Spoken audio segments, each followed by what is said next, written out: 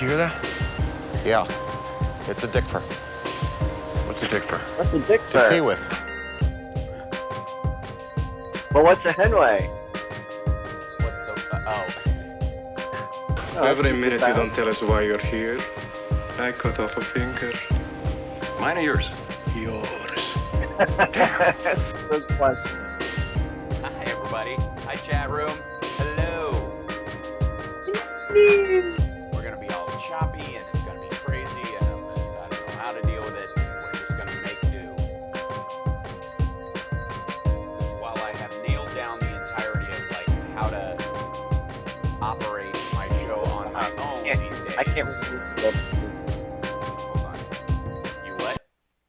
I can't really hear you over that background music. It's the foreground music for me. It's too loud for you.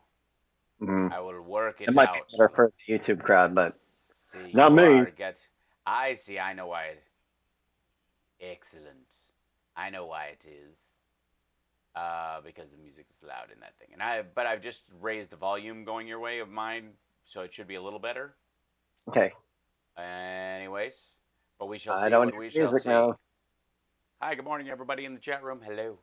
And Johnny Million has a office background and a kind of a Max Headroom kind of a chip chop deal. Yeah, it's good. I like it. You're smooth on the feed, and that's all that matters. But like in my good. Skype window, you're like, yeah. Burning down the house, dooga dooga dooga beep book. Still a novelty act. We're getting started in a second. Hi, chat room. Up on the audio, Sparks? Okay, cool. I don't know. The audio's pretty hot on my end, so I would bring up...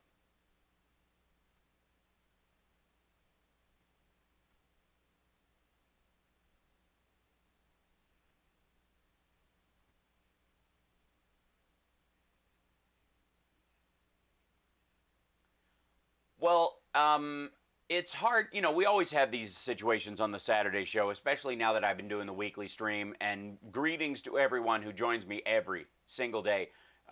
Bless you for showing up and getting through this with us. Billy Hutchins right out of the gate with a super chat. Thank you so much. Thank you, thank you, thank you. Please, today, everybody team up and buy Johnny Million some coffees. That would be the super chat goal for the day. And like the Saturday show for me is a lot like the last Sexy Liberal show and the next and the one after that, in that I could start right now working on the next Sexy Liberal show, which is going to be, I think, the second to last week in August. Wink, wink, getting ready. And the September one will be the day after my birthday. Wink, wink, get ready. And I could prep and plan and work on my bits and write all this stuff. And then 2 days before the show launches, Trump would go on the air and say... Person, woman, man, camera, TV. And the whole thing would just be thrown out the window. Like, no matter what you do, it's completely We had a swamped. whole show planned for tonight. Yes, by the ridiculous momentary absurdity of whatever jibber jabber comes out of his mouth. I mean, the man actually said... If you get it in order, you get extra points. Extra points? Yes, you get extra points. You didn't know you get extra points, Johnny? You would have taken... I mean... Yeah. I mean, not only... Because this feels like 100 years ago already. Now, understand... Is it like a skee-ball thing where you get a bunch of tickets and you turn them in later for like a plastic spider? That's exactly what it is. He was playing mental skee-ball. The test he was bragging about, lest anyone get carried away, they're buying covfefe for Johnny. That's so lovely. Al Bickery, thank you. By Mrs. Olson's original coffee for Johnny. Do they have Mrs. Olson's original? From... I mean, I gotta, do I have a moment this early in the show where I'm totally honest that I had a crush on Nellie on Little House? God. Yeah, remember Nellie Olson? She was just mean as a snake. Yeah, but kind of makes sense for my high school dating choices. But no offense. So John knows. Anyways, so Trump, poor girls. I swear to God. Trump comes out with this thing, and we've all heard his... Give us that again. Can you do that again? And you go person, woman, man, camera, TV. 10 minutes, 15, 20 minutes later, they say, remember the first question? Not the first, but the 10th question? And he says it, I think, 4, maybe 5 times in that interview. And The look on that guy's face who's interviewing him, too, he's just like, I'm being paid a lot of money to act like this is normal. Oh, no, I think he's standing there going, I'm going to be so famous now because I was the guy standing there when he said this out loud on television. But this cognitive test that he took is not an IQ test.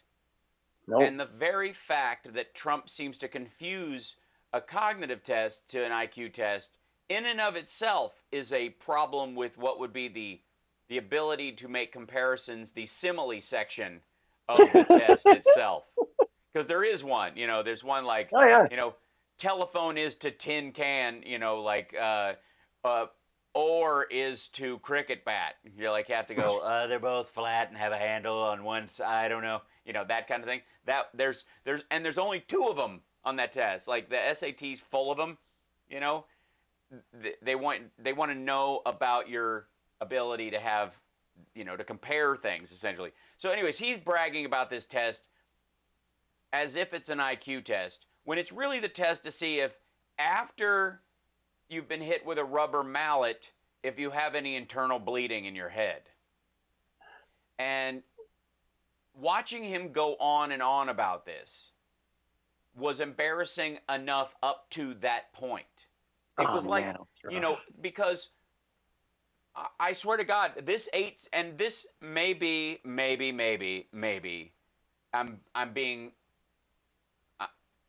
I'm misunderestimating, as George W. Bush would say, Donald Trump, in that maybe he's playing 10D space Spock chess because he managed with this whole person, woman, man, camera, TV thing to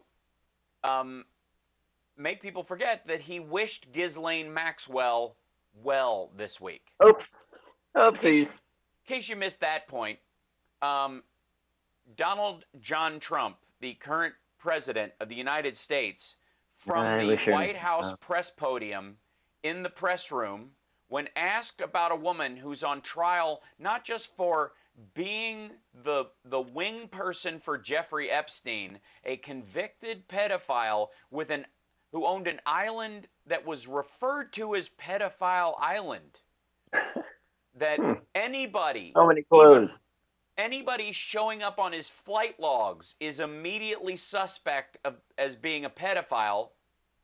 Like that depth of grotesqueness, where video of Donald Trump, of course, has been shown where they partied together with a bunch of women and Trump said something to Epstein that made Epstein walk away in laughing disgust. We still haven't had a reporter ask him what he said to Jeffrey Epstein in that clip. That's a post-presidency interview, but I need to know. And he would tell you because he would still think it's funny. So at the end, in the process of being asked a question about Ghislaine Maxwell, when the dude who asked the question just asked it in the room, I thought, per normal news cycles, that would be the thing that would eat the news cycle that night. That just somebody had the nerve to ask him, and whatever his softball bat away, whiff of, like whiffing at the question, just to get it away from me, the bunt would just to make it to the next 5 minutes. Yeah, would at least eat the nightly news cycle on most things, just because Ghislaine Maxwell is a rapist herself and engaged in all kinds of financial fraud, shuffling money around for Epstein after his death, and hiding. She's a blackmailer, which brings us to our point. And just mentioning her name, just understand, for the beginning of the COVID-19 crisis, Trump would not say the name of the virus. You recall that at the beginning, like around the end of February, beginning of March, he would say the current problem or whatever, but he would not say COVID-19 or coronavirus because he didn't want to be seen saying it in a clip because he thought it would, there are Just blow 15 over. cases and they'll just go away. So, this is like I said, I thought that's enough. It's enough that someone asked the president, knowing full well he's in multiple pictures with her, about, she's just been arrested and a bunch of powerful men might be in trouble if she decides to turn state's evidence or, get a plea deal. Does that worry you in any way? And right out of the gate, he goes, I wish her well. And then admits to hanging out with her and knowing them, meaning her and Jeffrey Epstein, in West Palm Beach. When the rest of the civilized world, when Kevin Spacey is distancing himself from the one line where he shows up in the flight logs because Epstein flew people to Africa for AIDS conferences and whatnot, and so there were black celebrities and gay celebrities specifically that he was flying over there. This was, he shows up on the flight logs. Everybody else is like, no, but no. I didn't I don't. There was one flight, or he was helping this charity that I was involved in, and I have nothing. I mean, I don't even know the dude. He just lent us the plane flight. He wasn't even on the same plane ride. We weren't flying together. Like, everybody's doing that. Right out of the gate, Trump says, well, I wish her well. We used to hang out in Palm Beach. I used to see her around Palm Beach with, and we used to see them. Wow. Just incredible. And there's been a lot of talk about whether he's floating a pardon for her the same way he did for, he didn't really pardon Roger Stone. He commuted his sentence because I think with a pardon you have to admit guilt, and this saves him that he can now appeal, saying that he was railroaded. He gets his sentence commuted, and then he can sue for, to have his record expunged. We got to take a break. We'll be back right after this. And then, by the way, Roger Stone immediately goes on, I think, was it Charlemagne the God's show? I don't know. And uses a variant of the N-word. What? To describe him when he thinks he's on, when he's on speakerphone, he can lean his head back and you can't hear him. Oh, Yeah. hashtag the best people. We'll be back right after this.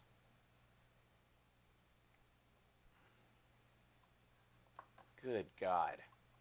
I'm not hearing the WCPT, so like the bumpers and stuff. Yeah, I know. I noticed I don't know that. if I Yeah. need to though. Yeah, no, that's. But I won't hear gotta, callers. I got to fix that on my end, right? Okay. Because I used to have you in the now you should hear it. It should be all right. It should be just fine. Don't want to worry about it. You want sugar in your tea? No, thanks, Turkish. I'm sweet enough. I can't wait for you to see Snatch now. Johnny has never seen Snatch, you guys. I mean, the movie. Fool. This is getting to be a little too Woody Allen circa 19. Audio is a little low for Hal. Johnny is okay. Okay. Let's see. That would be in.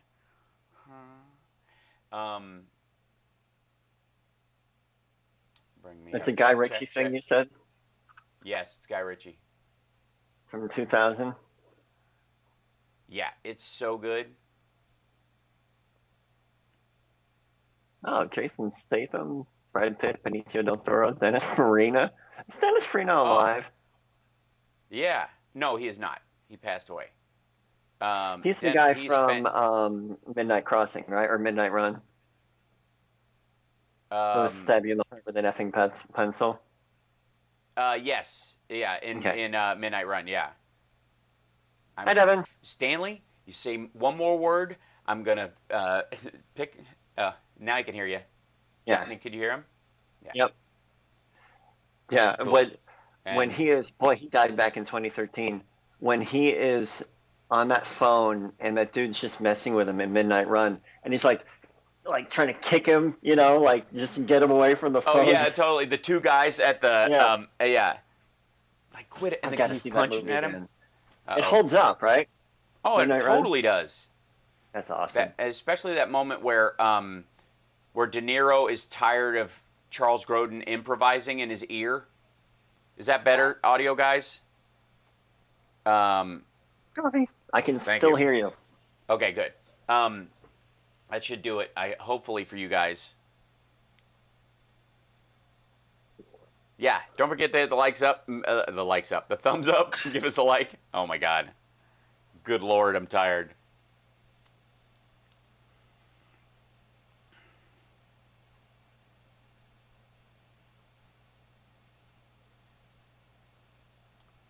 So, this week, the biggest news story should have been that, for God's sake, that Donald John Trump from the press podium wished Ghislaine Maxwell well and admitted to hanging out with her and Jeffrey Epstein socially regularly.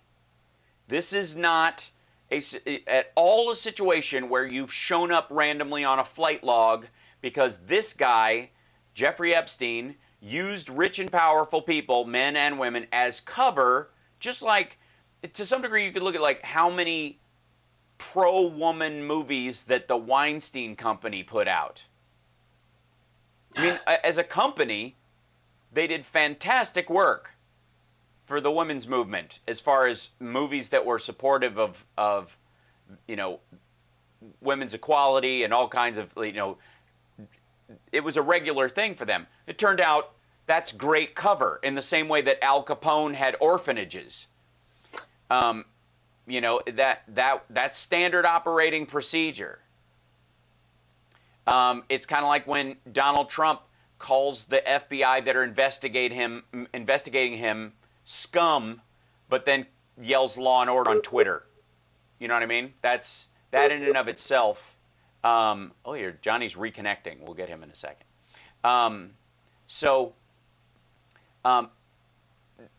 Admitting that he knows Ghislaine Maxwell and that they hung out and he wishes her well was one of the weirdest moments ever in any kind of. Hold on, I'm going to hang up on Johnny and bring him back. We'll see. Burp. We'll see. I'll get him back in here, but I love the sound, by the way. We're just happy to hear the dial sound of Skype. It's glorious. Oh, that just sounds like a give me one ping only to Shelley. Anybody? No? All right. Verify range to target. One ping only. It might be on his end, but we'll see. We'll get him back in here. I don't think the super chat is closed. We should be all right. There's all kinds of weirdness that goes on when we try to do this. Oh, I'm out of sync. That's fun too. We'll figure it out. Okay, so this is clearly an internet hit that's an issue. So Johnny will be back with us in just a minute. That might be causing it. Yes, Hunt for Red October is exactly right. Everybody in the chat room got it right. But in the process of doing all this stuff where every single day, for a while, Trump realized the error of his ways, wasn't having daily press briefings, recognized it was an embarrassment, knew that he was in trouble because of that. At least had listened to calmer heads prevailed, as it were. And now all bets are off. It seems like they are doing the Steve Bannon plan of just flooding the world with excrement, flood the zone with excrement, to try and get. It's like a Gish gallop of idiocy. And they have strategized, after moving Brad Parscale down a notch and putting the new guy in charge, what they think they're going to do is this big law and order push. They're going to sign a bunch of executive orders. He's going to show off what a strong leader he is, and he's still trying to drain the swamp. And this persecution complex president that he's been since the very beginning will be, his point about what he's going to do, if he wins a second term, there's no way they can stop him. And that's the push they're going to make. And in terms of law and order, they're posting videos of stuff that's happening now and saying if Biden gets elected, this is what your streets are going to look like. When your streets look like this right now, very curious, very odd. But over the course of the next couple of weeks, this is the strategy. The strategy is constant and never-ending attempts at making playing up his law and order bona fides and signing a bunch of executive orders, all that are non-binding, none of which are going to actually change a single thing. Meanwhile, dealing with a candidate who himself is decrying the mental capacity of his opponent, who has a stutter and sometimes has to search for words or makes gaffes that he himself can be corrected on, which is quite curious.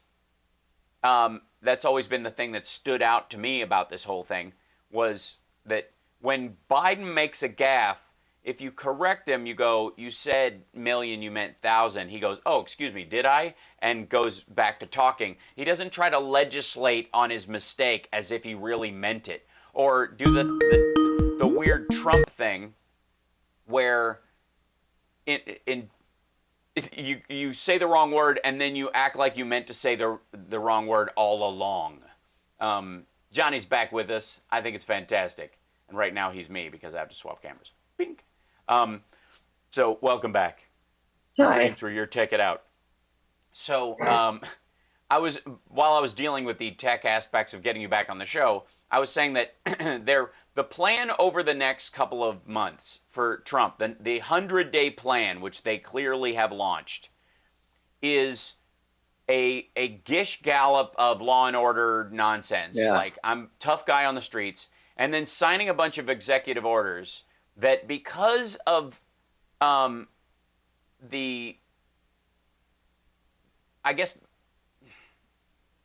there's really no way to know whether or not they actually plan on following through, honest to God, because they don't have to. And most of the things that he's signing executive orders on, like his drug prices thing that he did yesterday, which I covered on the regular stream, that is something that Democrats have been trying to get through for ages, and the only people stopping it are Republicans. And in signing an executive order on drug prices that the president did yesterday, for example, they made a big show of it. They had props. They had 5 flags, which I'm sure is a QAnon code. They had 6 Billy bookcases from IKEA stuffed with pharmaceutical stuff. Like, they had a couple of like blood glucose meters, and they had some empty pill bottles, and I think they had some of his favorite Sudafed. And they had, it was a show. He had a prop, and he had a second podium where he had people from the administration come up and say a couple of things about how awesome he is and how awesome he's doing. And then he sat down and he signed this executive order, which is non-binding, has a month before it even starts to go into before it starts the planning aspect of the actual thing itself. He said, he goes, the clock starts now. There was a line in it where he specifically said, the clock starts now. They've got a month to come in. The pharmaceutical companies can come in and tell me how they're going to lower drug prices, or I'm going to act on this. And the clock starts right now. And yesterday, being the 24th, he said on the 24th, the pharmaceutical companies are going to have to come in here, even though they're meeting with me next week, with a plan to lower drug prices at noon. He said the clock starts now. And he specifically said that. And he said not 12:01. And Alex, you're going to remind me. We're going to make sure we're going to keep them honest. August 24th, noon. And then the rest of the entire speech and it was like an infomercial. That's all I can call it. Yeah. During the rest of the infomercial, he said August 25th. Every single time.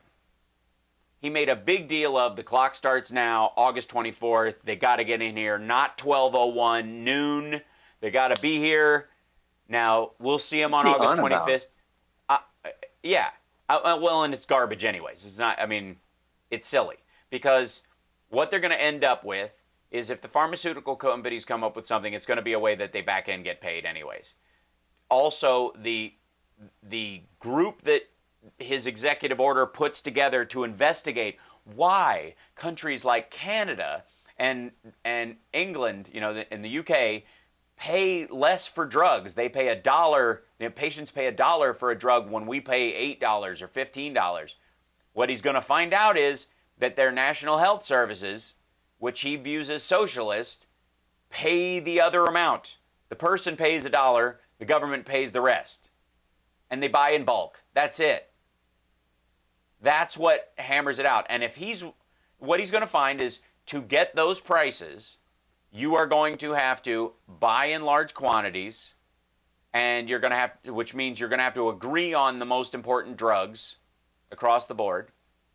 It'll be part of the budget, and it will be effectively a national health service purchase of mass quantities of drugs, so that the people with those particular ailments get them at a premium, get them at a lower price. And that's not a mystery to anybody, especially people who put the ACA together and watched as Blue Dogs and the Republicans stripped it out. We got to take a break. We'll be back right after this. It's the Hal Sparks Radio program, mega worldwide on WCPT Radio, Chicago's Progressive Talk, now with 100% more Johnny Million. At JMillion on Twitter. I'm at Hal Sparks. Like and subscribe on the YouTube page, infotainmentwars.com, because we're charming. We're not going through this. Yeah. If in the great battle of information, we're the band.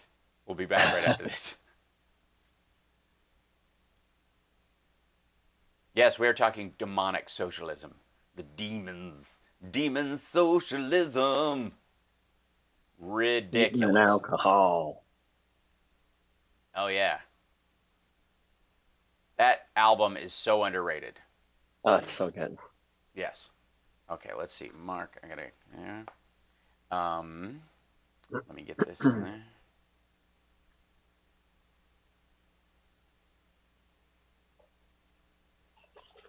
Excellent. Now I've got to get Mark. There you go.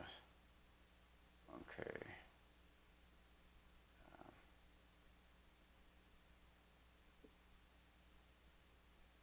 Let's see. More. Can I do it in here?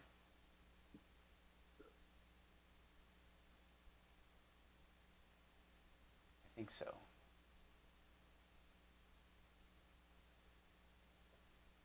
There he is. Yeah. So he's already in there. Good. Okay. So I'll just add him to the call when you're there, and we'll just totally crash the interwebs. Johnny's weird disappearing head.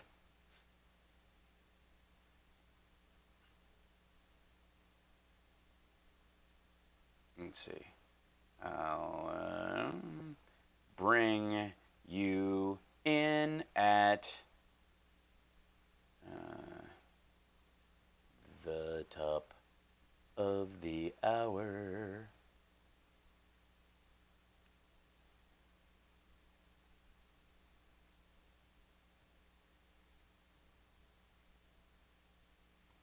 Okay, cool. Hi. Hi. Hi. We have that. It's as wide as it can be. A lot of very bad things are happening in Nicaragua.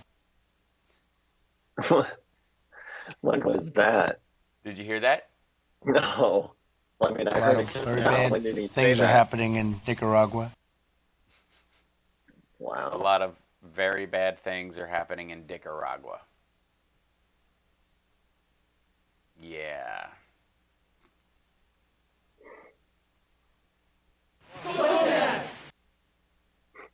How loud are those things? Are they reasonable? Can you hear them okay? Yeah. If I play clip? Okay, good. All right. Okay, cool. And I'm bringing on a guy named Mark Bland at the top of the show. I'll bring him in from my end on Skype. So we've got a guest at the top of the next hour. Cool. Mm-hmm. I do it because I have like a good memory, because I'm cognitively there. Oh my God. Yeah. Oh my God. Carl says somewhere in Nicaragua there's a man named Dick R. Agua. Captain Dickwater. A lot of very bad things are happening in Nicaragua.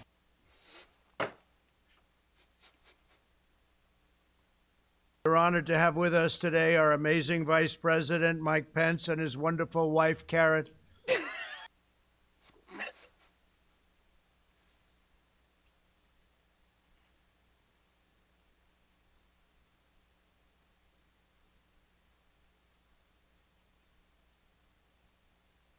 Person, woman, man, camera, TV. They say, that's amazing. How did you do that? I can't. There's no honestly. way they said anything like that. No, without snickering. Like, I honestly, that's amazing. How did you do that? Did his Come here, guys. weird howdy doody doctor give him this screening? No, well, that's also an issue with the description of the event itself. Is that he says earlier this year, less than a year ago, he went in and he said Dr. Ronnie Jackson gave him the test. That was 2 years ago. Okay. And he has been to the hospital since. So either he's imagining that Ronnie Jackson is there in front of him while this is happening. Which we all do. Yeah, absolutely. We all picture, anytime you go to the doctor, you picture Ronnie Jackson, I think. River. It's just a good policy in general. But again, there is so much to unpack that's wrong with that. And there's so much to unpack that's wrong with the fact that the president wished Ghislaine Maxwell well and admitted to socializing with her and Jeffrey Epstein regularly in Palm Beach. They also went to Mar-a-Lago repeatedly. He had Epstein as a guest at Mar-a-Lago. They hung out in New York. There are pictures of, Fox News put up a picture of Trump and Melania and Ghislaine Maxwell and Jeffrey Epstein. They cut Trump out of the picture and just left Ghislaine and Melania and I think it was Epstein in the picture together. Which I don't know. Right. I've seen that. Yeah, It was I don't all know why. unintentional. Right, sure. But even on top of that, we still have this issue where the Russians have put bounties on our soldiers in Afghanistan. SEAL Team 6 actually snatched up the dude making the arrangements. That's how we got this. We got that guy. And, they had already been unraveling this stuff for a year. And then the reason it got to an intel briefing level in January was because SEAL Team 6 apparently got this guy. And I don't know when they got him, but this is when they first admitted to getting him. The guy who was arranging the cash payments from Russia to the militants. Still not a word. The president has called Putin 7 times since March. He hasn't brought it up, insofar as we know, and if he, other than to say thank you. That story in and of itself would scuttle anyone's reelection. Because it's real, it's a genuine threat, it's a total disregard for the lives of our soldiers. It's horrifying that another country would even do that, much less continue it, much less our president would give it a pass. So there is so much this week. Like, this week in and of itself was just overwhelming. And meanwhile, we are dealing with a pandemic. Meanwhile, the cases are spiking. We have hit 1,000 deaths a day for the first time since June. The reason it was slower getting to this point after the dip down was because the highly populated states started getting stuff under control, and the lower population states were blowing it off while Trump called them talented because they weren't having much of a problem. Well, apparently they have been voted off the voice because their talent has run out. These allegedly talented governors are now watching as their constituency, their people in their state, die at a faster clip day by day. And even Dr. Birx, who has had a pathological need to carry water for the president, has said Florida and Texas and California currently are each a new New York, which is a horrifying statistic. It's a horrifying statistic. And two hurricanes and a tropical storm are about to make landfall in the United States. One in Corpus Christi, Hannah is going to hit around Corpus Christi. It's a small one, but it's the first of the season. There's a tropical storm in around the Virgin Islands in that area, and there's a hurricane about to make landfall in Hawaii, I believe, because life continues. Right. Puerto Rico isn't going to dodge a hurricane this season just because they got hit really bad last time. It doesn't work that way. Oh. There are ongoing threats that are constant. One of the reasons why you want people to wear masks and get a hang on this, even if you think, well, it's just old people, which I don't know how you expect to win Florida when you're like, well, if old people die, I mean, how much longer were they going to live? Like, if that's your reason to just open stuff up and move on, I don't know how, no wonder you're behind 15 points in Florida, right?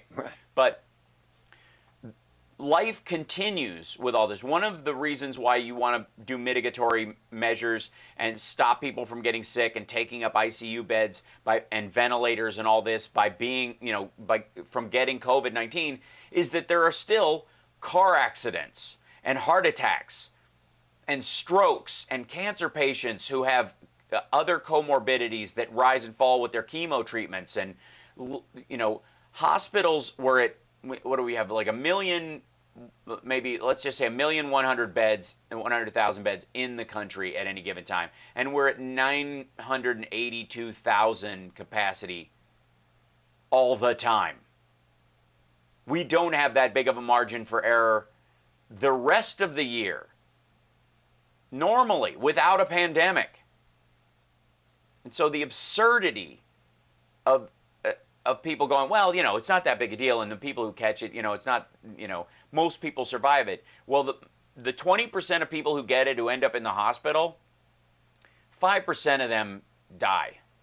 But the other 20% live with liver and lung damage and kidney damage and have all kinds of issues. And this disease, we don't even know what the issues are going to be. Right. With this clotting factor aspect and,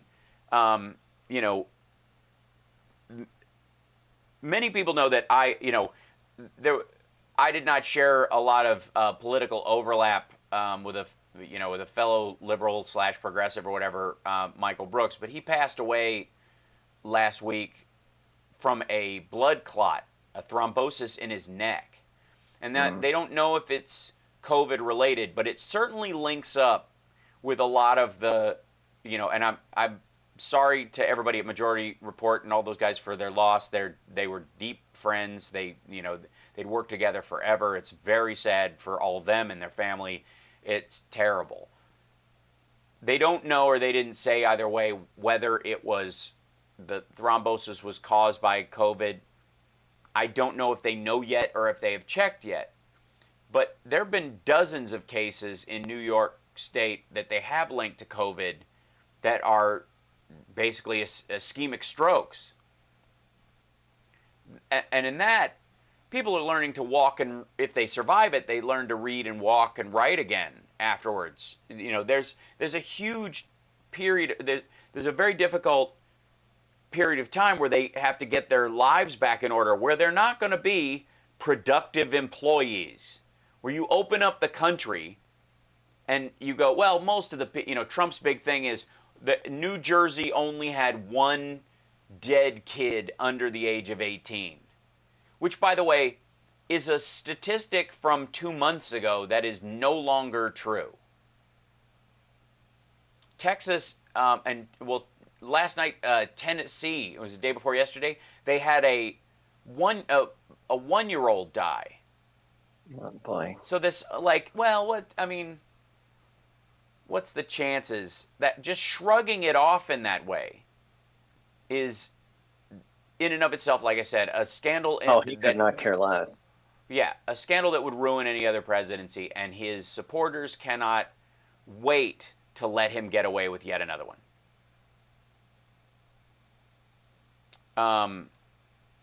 Somebody in the chat room is saying that Michael felt sick on his stream 5 days before. He was not feeling well on the Majority Report. So he may have, it may have been that he was, his sister said it was not COVID related, but it's it's one of the weirder parts of this, and the testing isn't perfect, and you get a lot of false negatives. There are more false negatives than false positives when you get the test. If you get a positive, you've got a positive. If you get a negative, that's a 50-50 coin flip. The Abbott tests and the quicker ones are, one of the biggest concerns about them is that you can take the test and you actually are carrying it. You do have it. That's why the Abbott's the 15-minute test that Trump touts. It's one of the reasons why this week someone in the cafeteria at the White House tested positive, and they had to shut down the cafeterias in the White House. And a Marine on Trump's detail on, I think it was Marine 1, tested positive. Because the system they're using gives false negatives all over the place. So we got to take a break. We'll be back right after this. We got a special guest in the next hour, and then we'll also be taking some calls. 773-763-9278.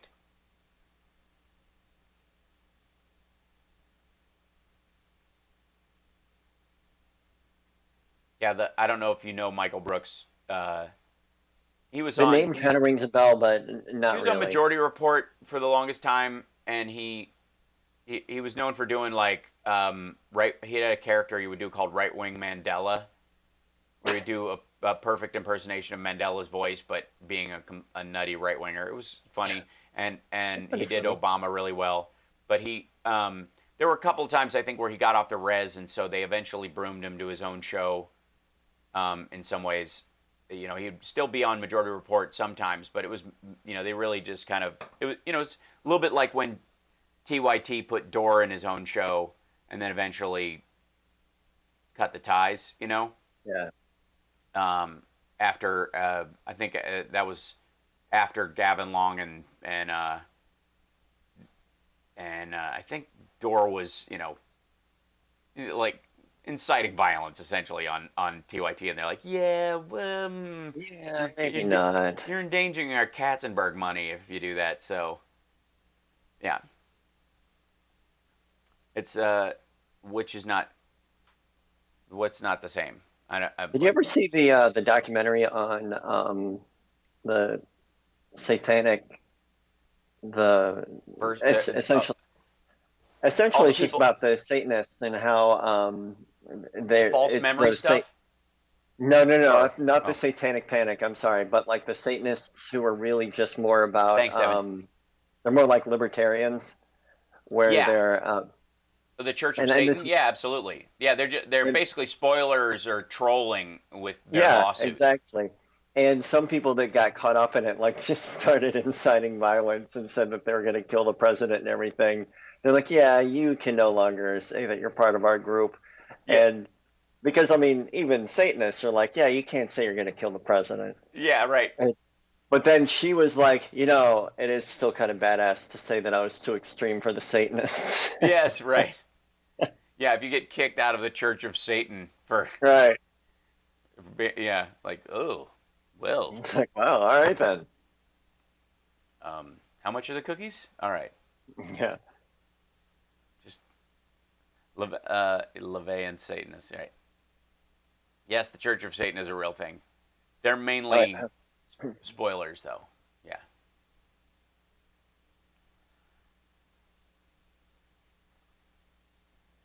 Welcome back. Oh, Lady B.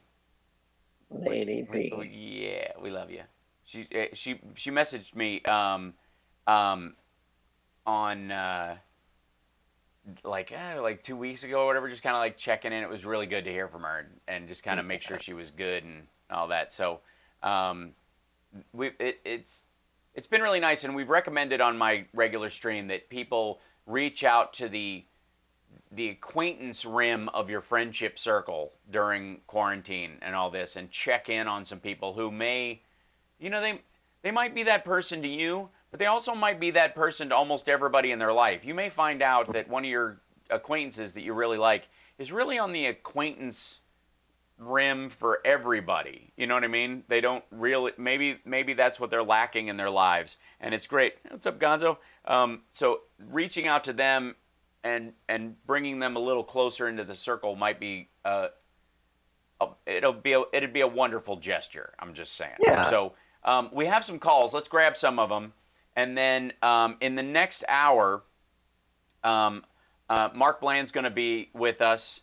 He's a political commentator, and he's a host of the Q out of St. Louis. He's the host of the Q out of St. Louis. So we'll be checking in with him because St. Louis has its own problems as well, and again, life doesn't go on pause simply because we have a pandemic or an economic double dip recession. Who do we have, Devin? Cool. Hey, Mike, what's happening? We're good. Yeah. We're holding up. Yeah, it's pretty solid. Yeah.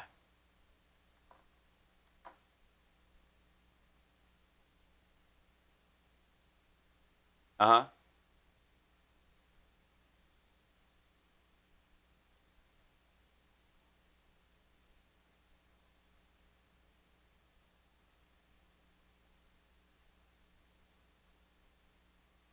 Right.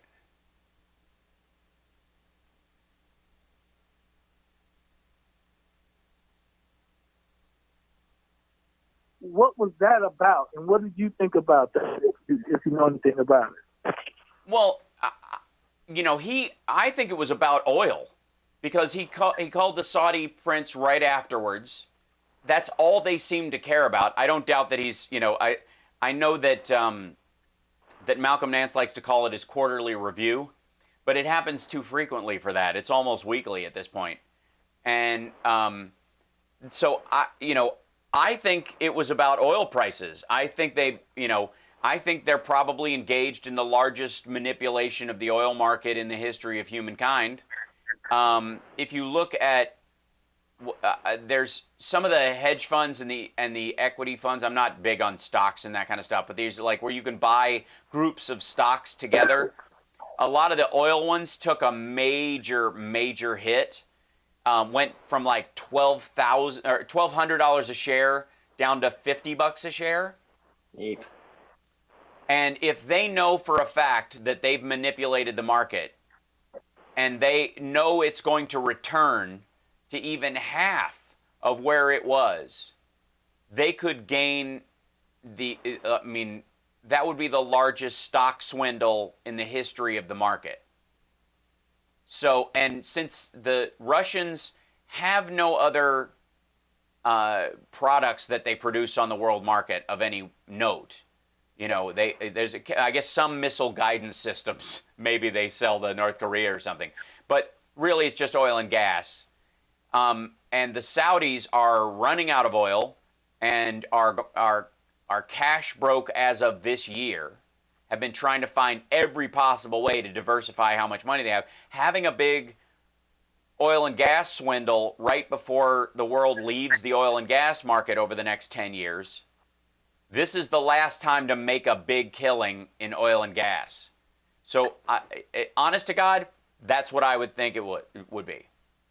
That's what I think they were discussing. So if Trump is, Do you think Trump is working on the behalf of the Russians, or is he working on the behalf of the billionaires here in the States? Oh, I mean, clearly the Russians.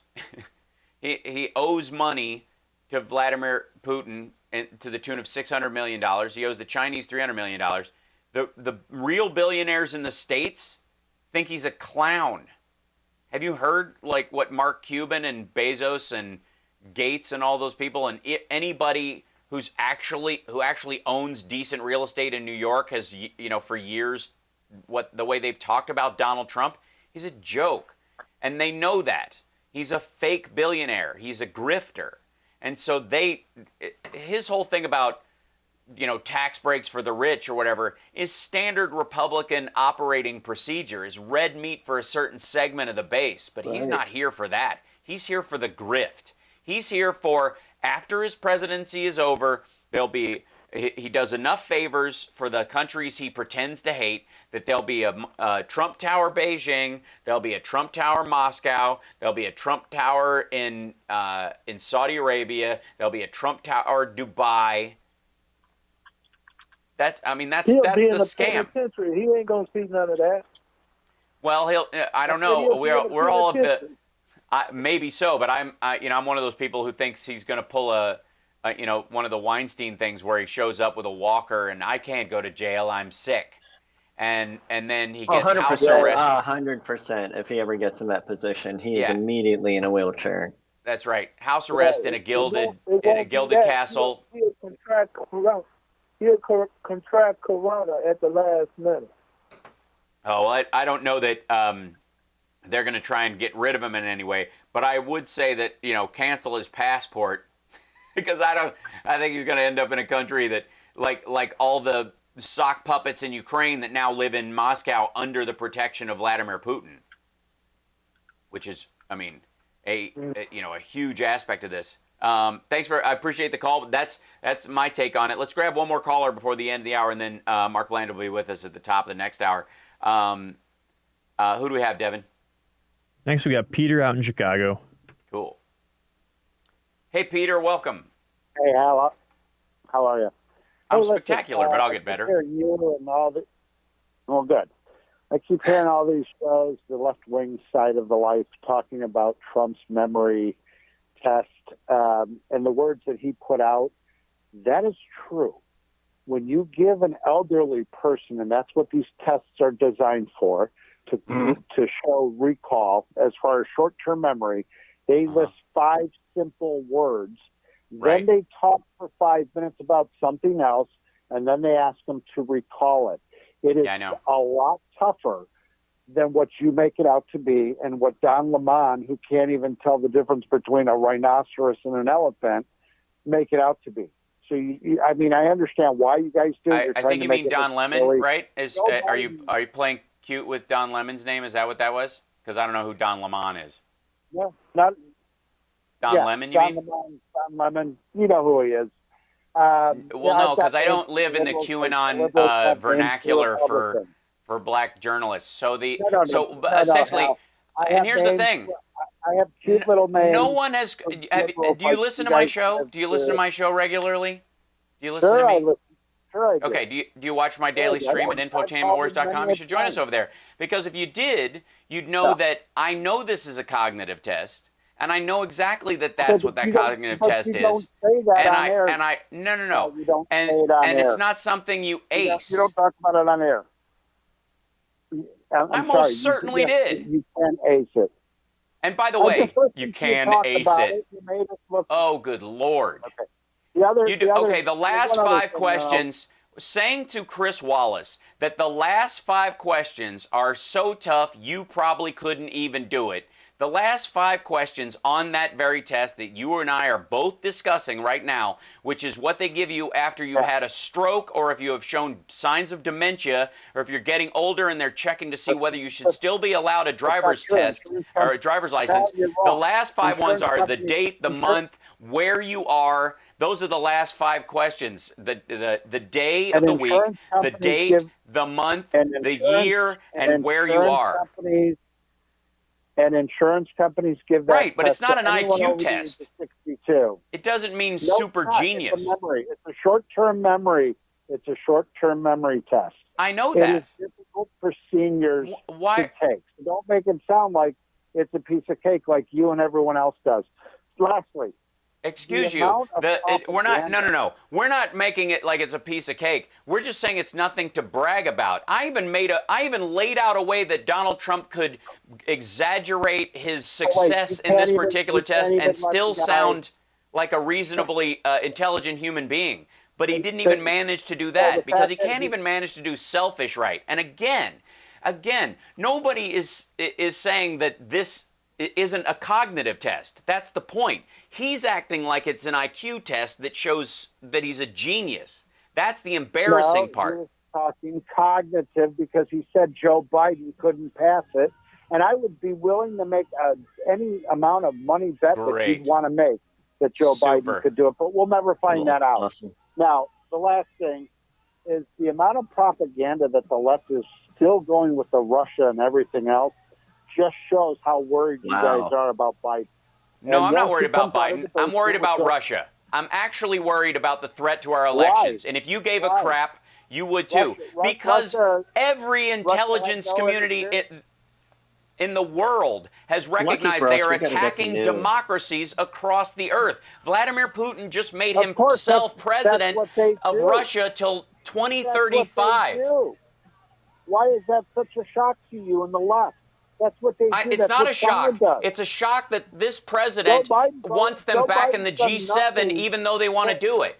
We're out of time. We'll be back after these messages. Thanks for calling at the bottom of the hour. Russia's a threat to our democracy and every democracy in the country, in the world. That's why I'm worried. He's a threat to our country. And Donald Trump has given him a pass on everything. Why won't he bring up what we would do to retaliate if Russia is found to be totally guilty and totally verified of the bounties on our soldiers from him? Good God. Letting this guy slide on everything. That's what it makes when you're that far to the right, when you're right at the cliff, everybody to the left is to the left of you. We'll be back.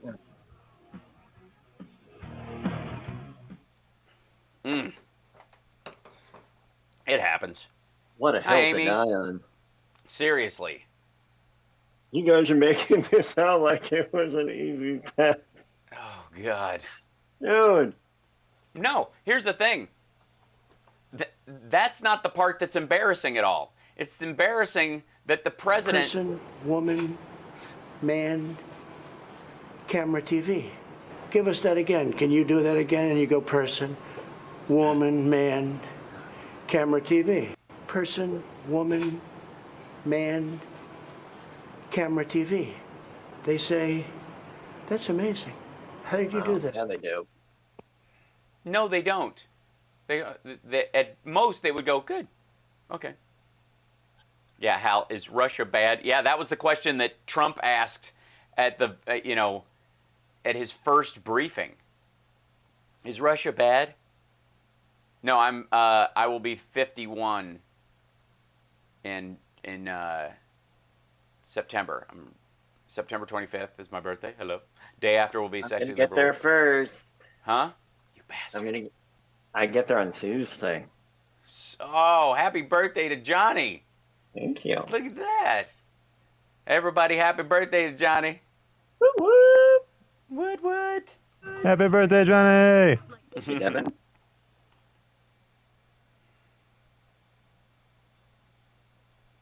You'll have nobody guarding your potatoes. Okay, so I'm going to include Mark in this. See if he's ready to go. Where'd he go?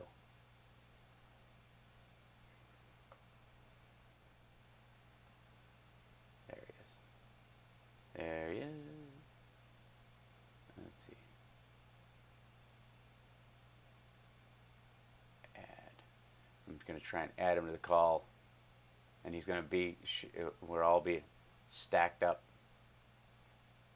Is he there? Could be. Could be looking. Yeah, there was something.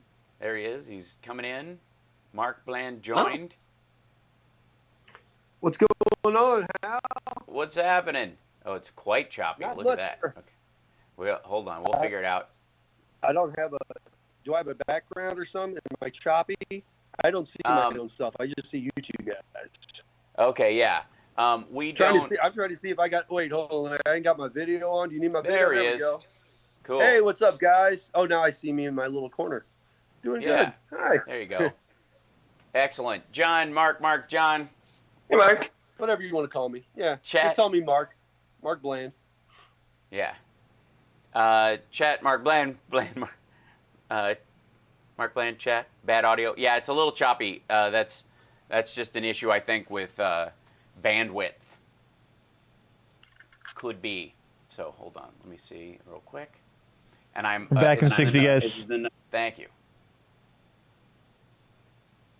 And then I'll do this, and we'll do this. We're not live on the air yet, right? Not yet. Nope. Okay. I just didn't want to come in all awkward and weird, and you're just like, Chet, Mark, Chet. No. I got awkward some and weird. level I got that covered for you. Awkward and weird. Yeah, we've got that. Yeah, it's completely there. So there you go. Oh, you can't hear him? Okay, let me see. How do I do that? I get Johnny Million there. I should have Skype. Oh, it's okay. Is it two separate? Is it Chad or Chet? Who? The gentleman with the bald head. That's John. John. That's John. Yes. And I'm Mark. You're Hal. And who was the other? Was another person? That's Devin. He's in Chicago. Okay, Devin. Yeah, there we go. I don't hear Devin. Devin. Yeah, you won't. I'll call you back in when we do this. And I'll try to figure out why. You're listening to the Hal Sparks radio program, Mega Worldwide. I've had people walk out of me before, but not when I was being so charming. Video streaming at halsparks.com. I don't care for you if the putrid sludge you're prowling out. Fuss-faced little pimpstick. True progressive talk. Might be a good time for you guys to give up. So joining us right now is Mark Bland. How you doing, Mark? I'm doing fantastic, Hal. Thank you so much for having me on your show. Absolutely. We're Skyping in. I'm trying to arrange so that the audio actually makes it to air. I think they can hear you okay. It should be all right. So, Mark, you're down in St. Louis currently? Yes, sir. Yes, sir. That's right. And it's interesting to me, after all the news about Ferguson, during the Obama administration, the Obama administration answers the Ferguson situation by putting in the COPS program together. Yes. And the COPS program itself was meant to deal with bad eggs in police departments and the sort of thin blue line turning into a wall of silence around those bad cops and covering for them, all that kind of stuff. And it was in place and making some headway afterwards. It was an answer to what the communities had wanted, in Ferguson especially. They had dealt with that particular, I think, police department, or the St. Louis Police Department. Ferguson, the Ferguson Police Department. They Department said, of Justice had come in and found out that they had been sending racist emails and all kinds of things behind the scenes for years, and the people were silently in the streets learning about how the police were treating them, and then eventually turned into like Portland and how things are going now with George Floyd and all that. Listen, it's the birthplace of Black Lives Matter. It's right here. It's also the birthplace of Blue Lives Matter, because that was an immediate reaction to try to antagonize what they thought was a disrespectful slap in the face, and it wasn't. Right. It wasn't, because trust me, I lived in Ferguson and Florissant. I grew up I went to the Ferguson Florissant School District. That's how close I am to this whole situation. So I grew up in these communities. There was no blue lines. And the COPS program was a specific answer from the Obama administration to deal with this. So Trump has been saying they didn't do anything. The Obama administration, Obama, Biden, they didn't do anything. That's his refrain about everything. Nothing's being done. It's nothing. Stupid. I'm the first. Yeah, and after Ferguson, they did nothing. They specifically did something. They put the COPS program in. That's the thing that coordinated. Well, remember, Hal. Let's just to be fair to everybody out there. Trump will say that he nothing was ever done, and then a week and a half later, the White House will put out a press release behind the scenes real quietly that, oh yeah, we realized, that Obama and Joe Biden, they did do things to like try to secure PPEs, and they did try to do this. They did try, like they always come out a few weeks later and say, oh, well, this wasn't true a few weeks ago, but you've forgotten about that by now because 50 other things have happened since then. Right, so. And they can't correct him. They can just correct the record under the table. So, the part about it that has annoyed me the most, I think, is that always we go right back now, and say that they were good. Right.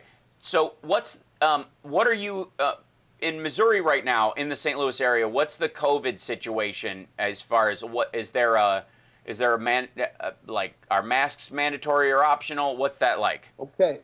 So I live on the other side of the river in St. Charles County. Remember, Ferguson and all that is because of white flight. The argument in this town has always been white flight. White people build up a certain section, then they leave, and then black people move in, and then those become the people of those sections in those areas, and they just keep moving out. So where I live is generally probably 80+% white area of the St. Louis area. Out where I'm at, there's no masks. Everybody's playing the Trump game. Everybody doesn't care. I'm wearing masks. You see my profile picture. Like, I'm wearing masks. I'm going to the stores wearing masks. I just got back from the store a little bit ago wearing a mask. Like, whoops, sorry. Sorry, I touched my keyboard to write something and it acts up. Yeah. It's okay. There's nothing wrong with that. No. But anyway, out here, now in St. Louis County and St. Louis City, where the mayor's a Democratic mayor, they're trying to do everything in their power to, like, everybody needs to wear masks. It hasn't been mandated that you have to wear masks yet. Right. But, like, the restaurants in St. Louis County, they're all closed down, and there's a lot of people you can't go. So everybody's coming to where I live, this part of this side of the river, to go to all their stores avoid the mask mandates or the mask right. suggestion. But there's no mask over here. So also we have swimming pools wide open over here, which is I get it, the chlorine, I understand. And hey guys, I'm not going to sit here and try to pretend that every single thing that conservatives and Republicans say is just completely untrue. Yes, there's a lot of learning going on right now. We're all still learning about this disease, how to fix it, what it affects, who it affects, all that right now. You know what I'm saying? So, like, we have to give time for these things to happen and roll out, right? It wasn't like day one they figured out AIDS existed and day two they had the vaccine or even some medicines to help it. Like, it doesn't work that way. So things are going to take time, and not everybody's going to jump on the boat at the same time. But I agree with guys like Howard Stern and you. Masks should be being worn. Everybody should be protecting each other. There should be smart decisions being made. And I don't care if you're a Trump supporter or a Biden supporter or this or that. This is about your life. Yeah. It literally is. For some people, it's their moms and dads are old.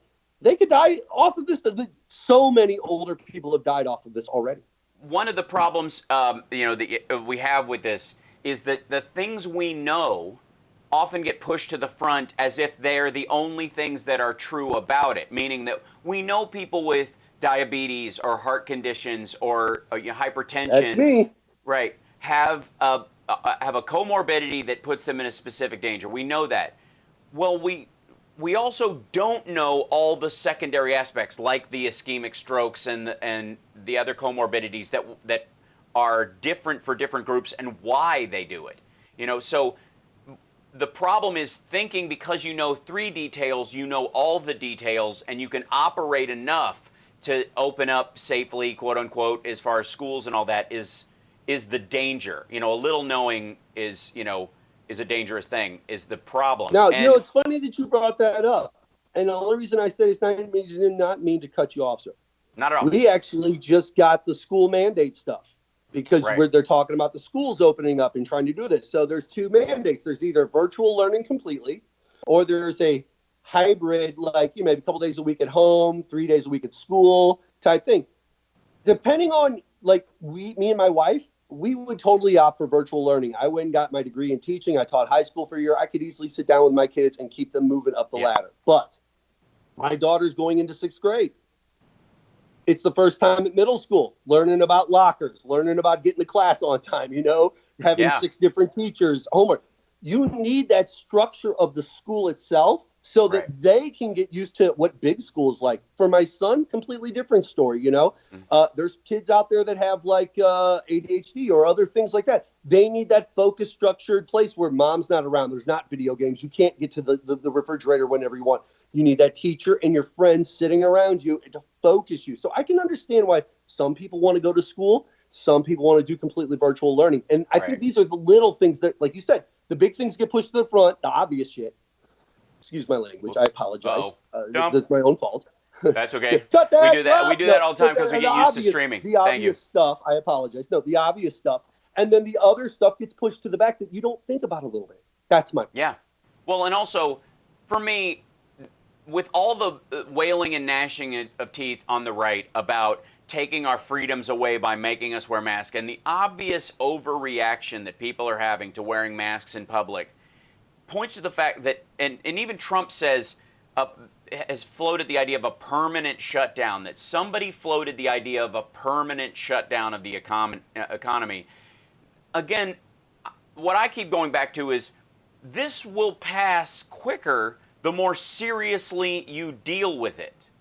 And a lot of the issues, like going back to school and those kind of things, yes, there will be a delay for kids that are going to school that are going up into the next year, and they'll have a story to tell their friends when they go to college. Dude, I missed the first 6 months of school because of the pandemic. Where were you? You know, they'll be telling Kennedy assassination stories about what their schooling was like, you know, and they will survive and they'll get through it. We are not fundamentally shifting to a country where everyone wears masks all the time. The point is to get through this and then recognize that if in future we have a system set up where people go, okay, if there's an outbreak of something, we got our masks, we wash all our common surfaces, we cough into our elbow, if we're sick, we stay home. We've got family medical leave, especially for contagious diseases, so we can lower the flu deaths. We might cut flu deaths in half because people now know how to behave when they have symptoms.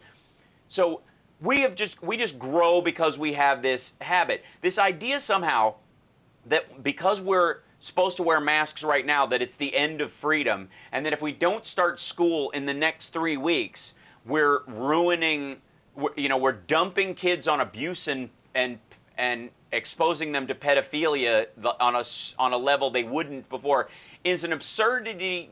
These are just extreme responses used to try to justify normalizing the economy so that it ramps up. Though?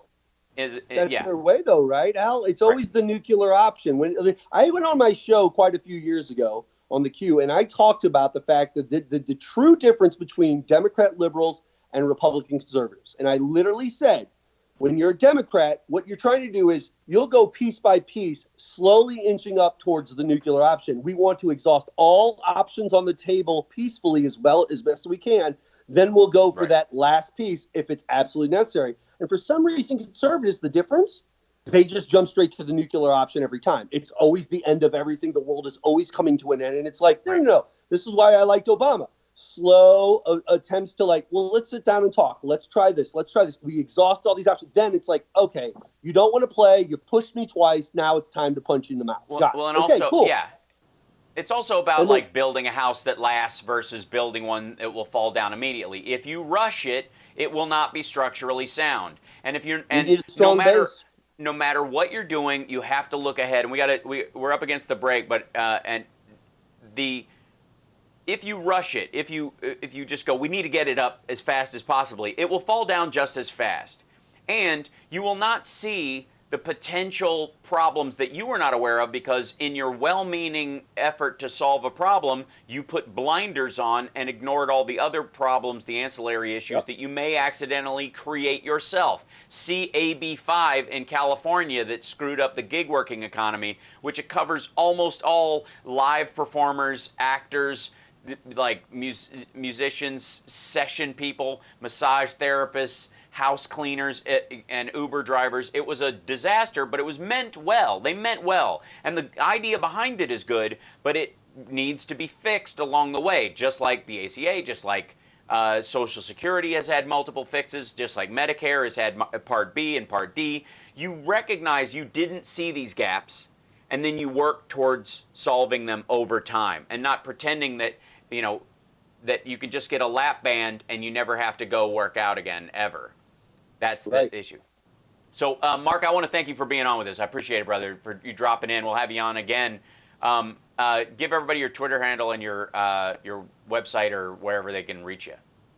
Well, everybody can check out theqnow.com, TheQNOW.com. That's the website, all the episodes, a little information about myself, even the show where Hal comes on and we talked for a good solid hour about all these different things. You guys can check that out. Or you follow me on Twitter at Mark Bland, MarkBland. And that's pretty much it. That's the rundown, brother. Excellent. Thanks and for thank being you on so with us. much. Of course. We got to take a break right now. We'll be back right after this. It's the Hal Sparks Radio program, Mega Worldwide. We'll be back with callers.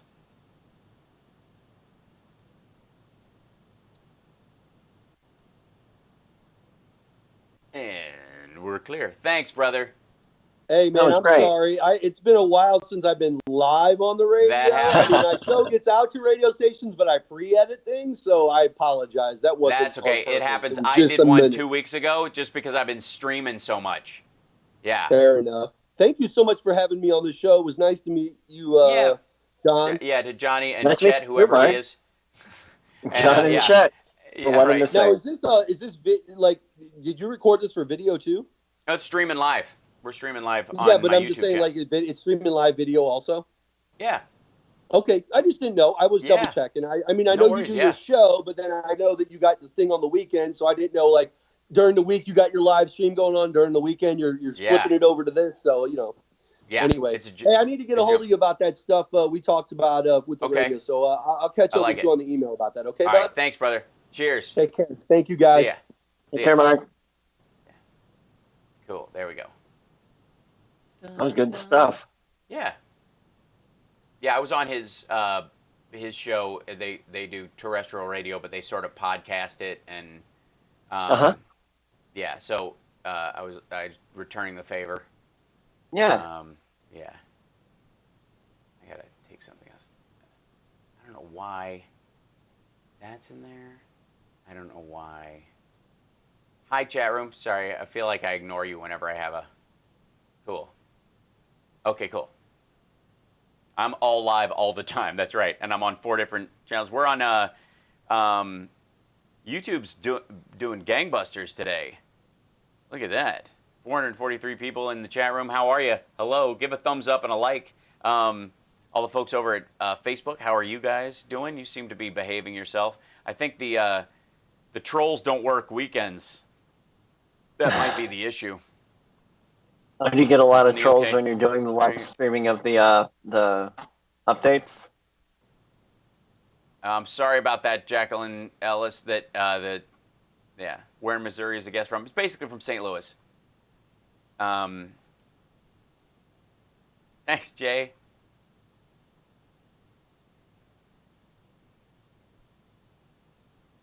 Oh my God, the ball catching pictures. That's so bad. So bad.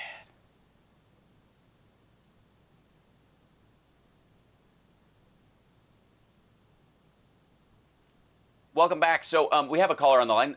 Who do we have there, Devin? Oh, right on. Hey, Robert, welcome. I'm good.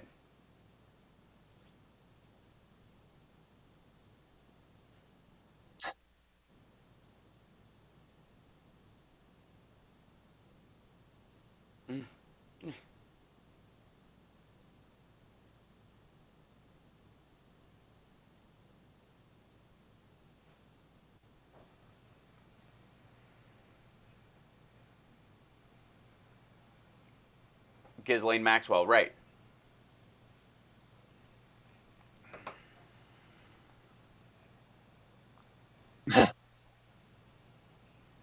So it's all this. We'll throw everything out there, and then nothing gets talked about because there'll be another one, something new tomorrow. But I did catch this, and I don't think anyone's caught this. And maybe you did, and maybe you didn't. I don't know. But at the very beginning of his interview with the doctor from Fox News, he talks like this. He says, you know, I took the test. I can't really remember the name of the test. So, number one, he can't remember the name of the test he took. And there was 30 or 35 questions. So, wait a minute. Is it 3 questions, 35 questions, 32 questions? I mean, you're telling me you got a, photographic memory. You can't tell me how many questions I have a great test? brain, I right? mean, Well, beyond that, they say it took 20 to 25 minutes. He said it took him to do this. Like, they ask you 20, 25 minutes later. It's a single page. Yeah, right. Listen, here's the other thing. Go ahead. Go ahead. No, go ahead. Yeah. No, I was going to say this. You know what? Obviously, I've noticed this. Obviously, when he repeats something over and over again, he wants to. It's obviously he's trying to convince you what he's telling you is true, and when it's not. So Nancy Pelosi should just do the act. You should actually say, you know what, Donnie, send over that test. We want to see it. You know, it's your right. And then have him do an executive order saying, no, you can't see it. You cannot see it. So the paper that proves that you're a genius, you're not going to let us see? You know, let him. Well, and also, I think it was Chris Wallace. I think he said, I aced it. And Chris Wallace said he mouthed 93, meaning he got a 93 out of 100 on it. That's not acing. Well, that's an A. Yeah, it's an A, but it's not acing it. You know, it's okay, fast and loose. But again, that's one of those things where he makes that whole point about, let's see if, this whole one. If you get it in order, you get extra points. Yeah, but basically they're just, this is the mental equivalent of a grip strength after a stroke test, in all honesty. Right. They just want to see if you've still got grip strength in your left arm. And if you do, okay, well then we've got something to work with, and you'll be able to write again, and you'll be able to, move normally again, and as it improves, we know your brain is improving and healing and all those kind of things. But this is, the embarrassing part about this, like I said, is that this becomes a gish gallop of idiocy. The gish gallop, for those of you that don't know, I've mentioned it before, is a debate tactic that Trump uses sometimes, certainly his spokespeople use all the time. And they basically say there's like they'll do like 10 lies in a row. Just quickly do 10 lies, and they're such egregious lies that the person they're debating will spend all their time on the last one, because it's like, wait a minute, that's not true, and they'll start breaking down how many ways the last one is false, and the assumption in the audience's mind is that the other 9 must be true. Yeah. And the idiot gish gallop he does is sort of the equivalent of it is if he says 10 incredibly moronic things, and we're just focusing on the last incredibly moronic thing he said, the other 9 must have been gaffes or it was no big deal. When they are equally as stupid, if not worse, because look, wishing Ghislaine Maxwell well is worse than saying Person, this. Woman, man, camera, TV. Over and over again, like it's a magic trick on national television. It's goofy. But you know what's worse than wishing Ghislaine Maxwell well? Calling Vladimir Putin 7 times in the last 8 weeks and not mentioning the fact that he put bounties on our soldiers' heads and we lost 10 Green Berets last year.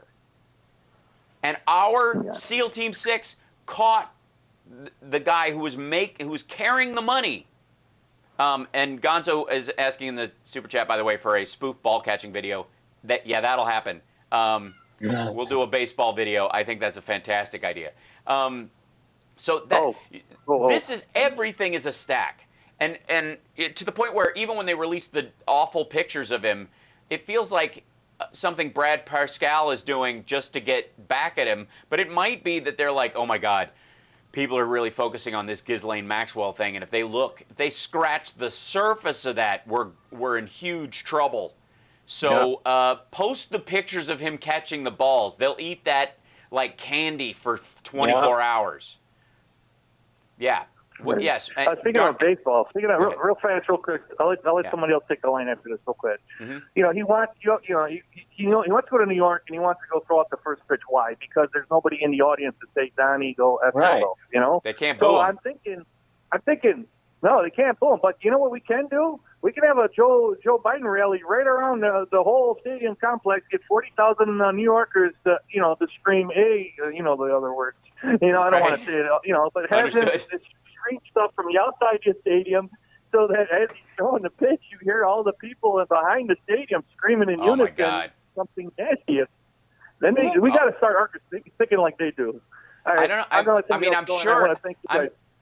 Thanks, absolutely. I think there's nothing wrong with the Biden campaign buying, banners in the stadium for campaign ads. That's completely legal and has been done before. Running ads for him on the Jumbotron during the game would be great, because I'm sure he'll sit there for half an inning and then leave. But yeah, but we'll hear for a week about how, he can't.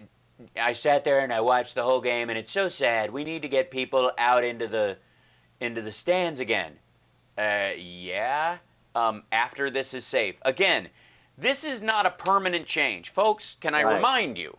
May I remind you that all the ticker tape parades you saw around the moon landing, for example, and post World War II, when all these people were crowded into Times Square, all that happened after the Spanish flu.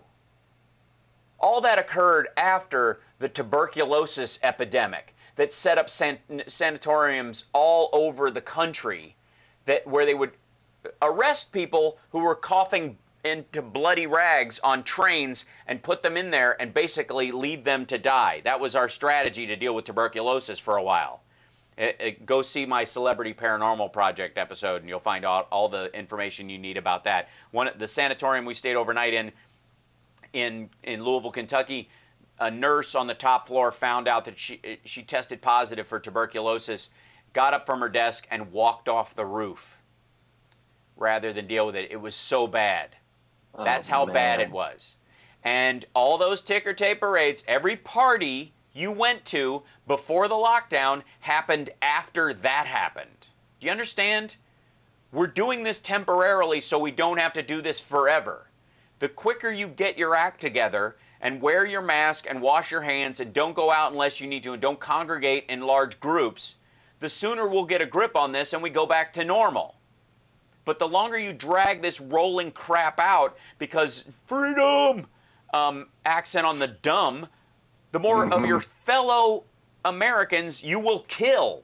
And what is less patriotic than that? We'll be back right after this.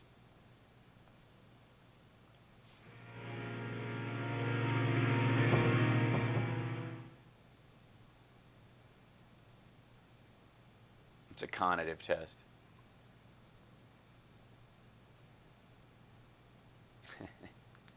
So, yeah, that part is maddening. Yes, I stayed overnight in a haunted sanatorium with Gary Busey. Oh, wow. Yeah. And everything, they were like, was it scary? Was the sanatorium? Was like, nah. Gary is the scariest thing there. And he's a sweetheart. He's just a mess. He's just a real mess. So a mess where you're like, this could go south. Like, you're talking to someone who seems relatively nice, but you're aware that they could just snap. Yeah. Yeah, good point, Richard McNeil. Trump desperately wants points for saying, I love layup.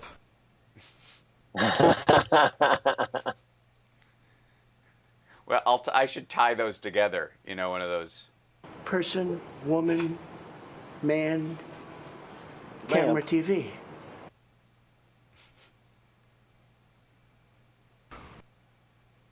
I love layup. What's up, Jay? Why is... I still think Trump is an alien? No. Aliens are far smarter than that.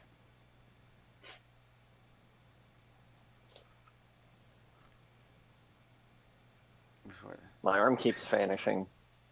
Yeah. That's my impersonation of a dying tauntaun. Good. Yeah. And I thought they smelled bad on the outside.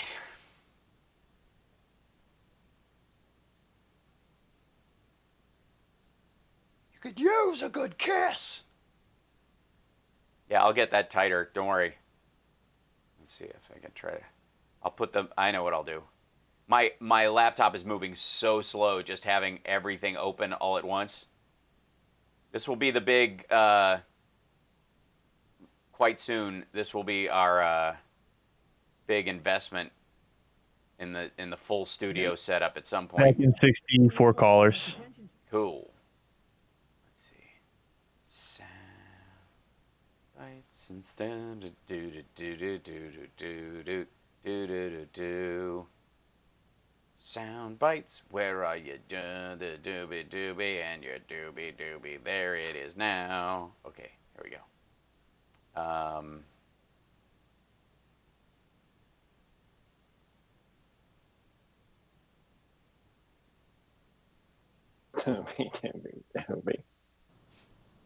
There we go. I can do this. This is just gonna make that dude upset even more. Oh God.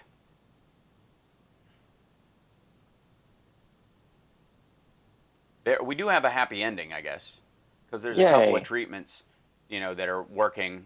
Yeah, true. Yeah.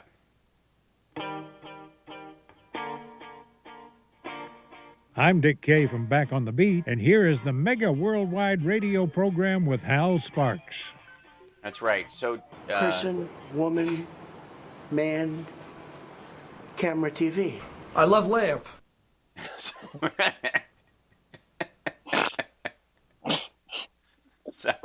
That worked out better than I thought it would. It does. It actually goes very well together. It goes really well. I love Lamp. Just the desperation of Steve Carell's voice kind of sells it.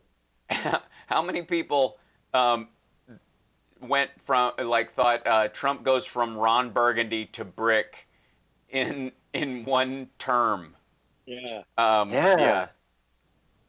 So, well, yeah, we shall see what we shall see. But we do have a happy ending at the end of this. Not the least of which is that I'm going to be on Coffee with Carl, Carl Frisch's podcast right after today. So as soon as I'm done, I have to hop onto Zoom and join that. So it'll be a hot out today. Hello. Hi. There is a lot of talk about when Biden will announce his VP. I'm going to guess it will be end of August. There is no rush, especially while Trump is eating the airwaves. Woman, man, camera, TV. Which is a list, by the way, of his possible replacements for Mike Pence. I don't know if you know that. They asked him about, are you thinking of replacing Mike Pence? And have you given any thought to who that would be? Person, anyway? woman, man, camera, TV. The delay. Oh, God. By the way, please try to convince me that because he's president of the United States, he didn't have Kayleigh McEnany standing off to the side while he was taking this test, or whomever his spokesperson was at the time. And if he seemed to be reaching, they come in and go, Mr. President, you have an important call with the leader of Papua New Guinea right after this. So don't forget, person, woman, man, camera, TV. Person, woman, man, camera, TV. See, I can even remember it when she's talking in my ear. This whole election season is going to be...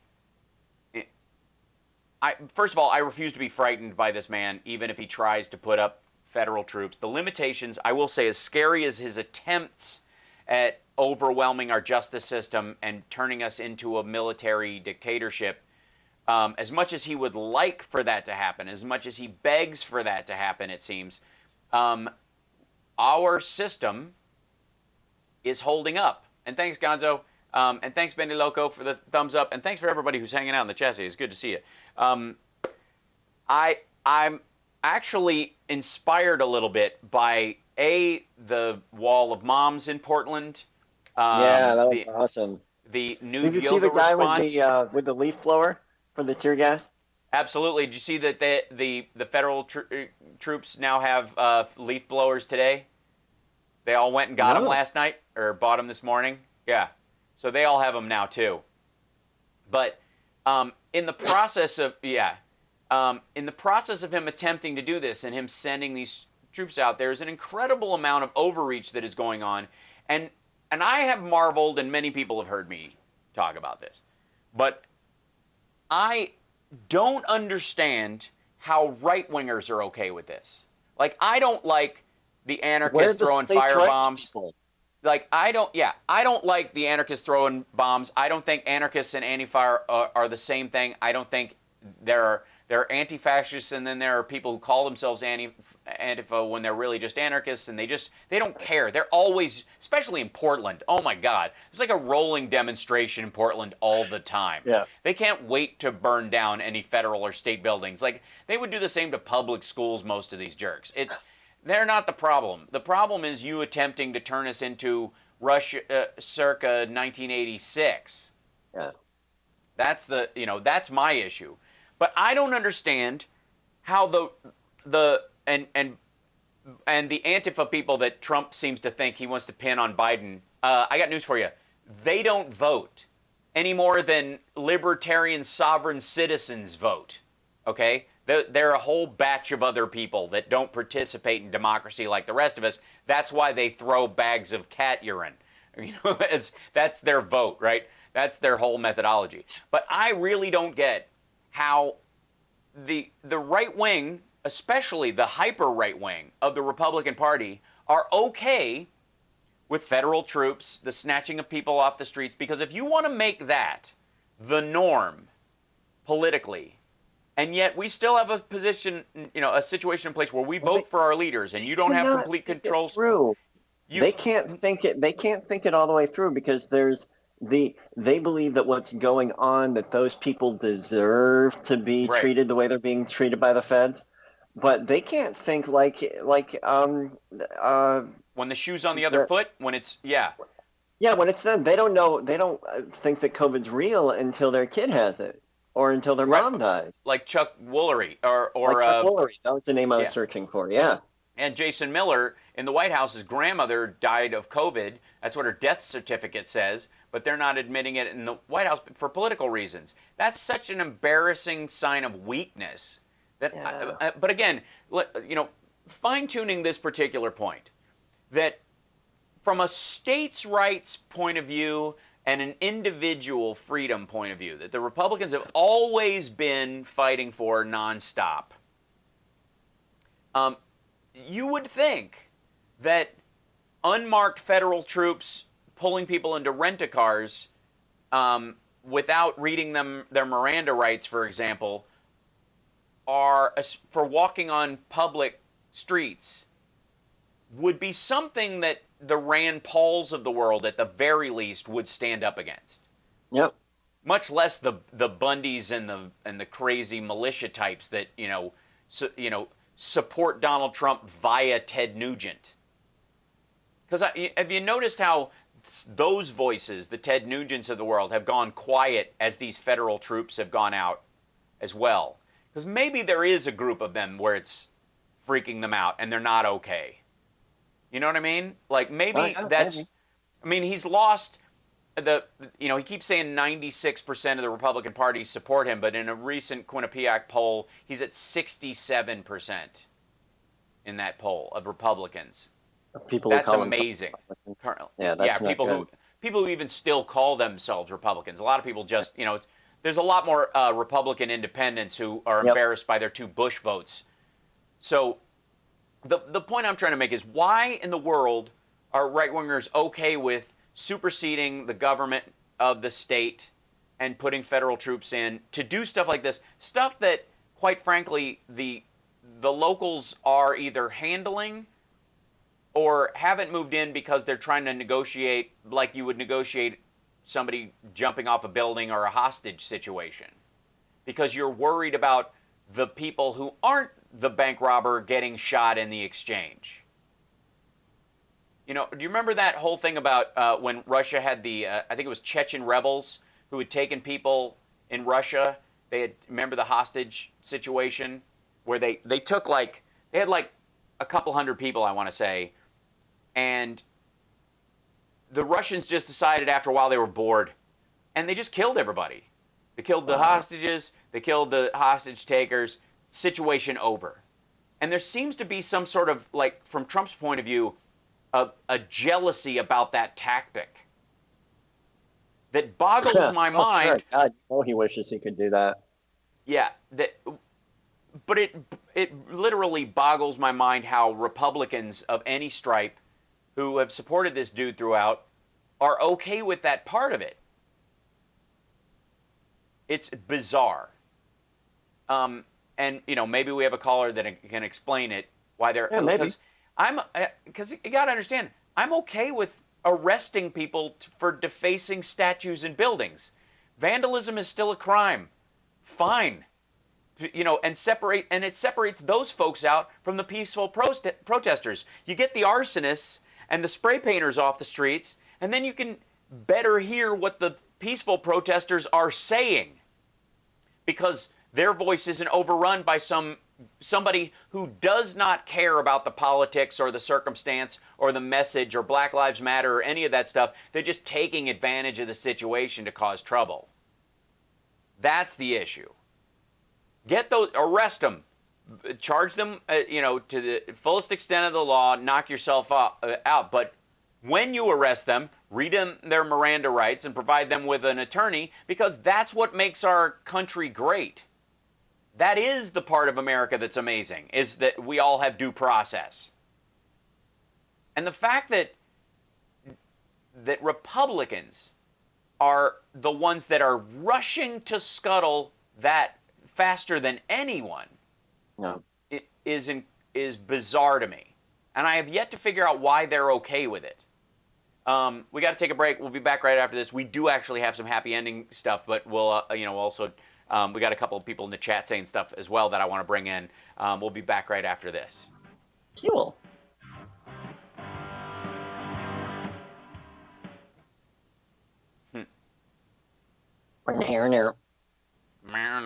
Get down, out. Oh, did I say knock yourself off when I meant knock yourself out? Well, go ahead, knock yourself off. No, actually, it is off.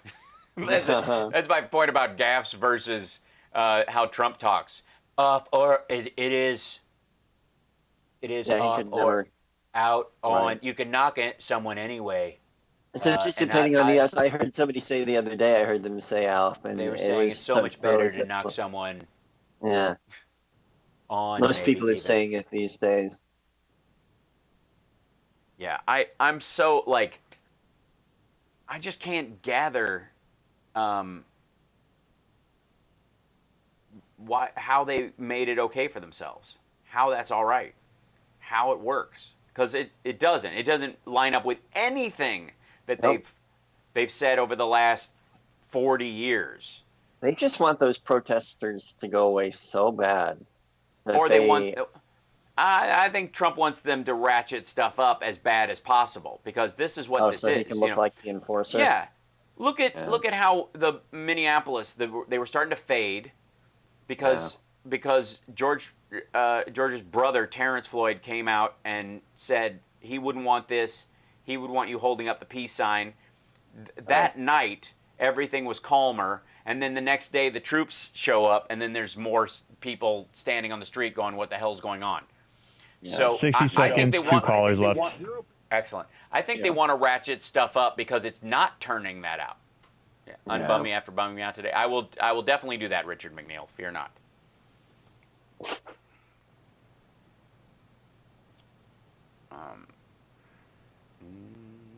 We'll be back in just a second.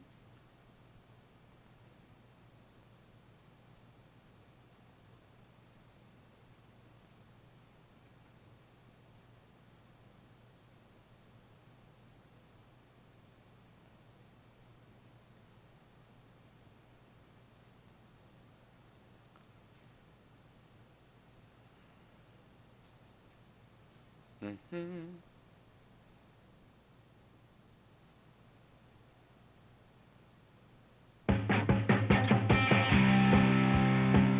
Welcome back to the Hal Sparks radio program, Mega Worldwide. Now time for the happy ending. Yay! We got a couple callers. Let's grab at least one of them before I do my happy ending stuff. So who do we have on the line, Devin? First, we have Kai from Virginia. Excellent. Hey, Kai. Welcome. Hello. First off, I'd like to say happy birthday, Johnny. Nice. Oh, thank you. Yes, Johnny's Tuesday for everybody who wasn't listening during the break. It's Tuesday's Johnny's birthday. Happy birthday, Johnny. Thank you. Go ahead. Yeah. I just wanted to say that this is a theory purely, but at this point it seems between Russia and the United States, it seems like they're trying to burn the world down.